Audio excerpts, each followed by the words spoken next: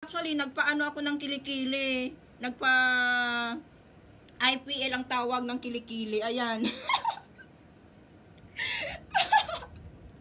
Nagpakilikili ako. Ang kinis na ng kilikili ko. Be. Hindi pa yan. Isang beses pa lang yan ha. Uulitin pa lang. Puti na ng kilikili ko ngayon. Dati ang itim-itim niyan. Diba? Oh, see? Oh, sinong gusto magpakilikili? Ganda. Oh.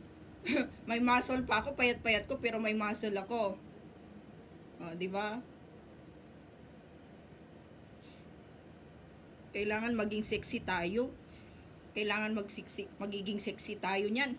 Kasi, syempre, pati hindi nanonood si Ma'am She para mamamatay ka tatawa yun.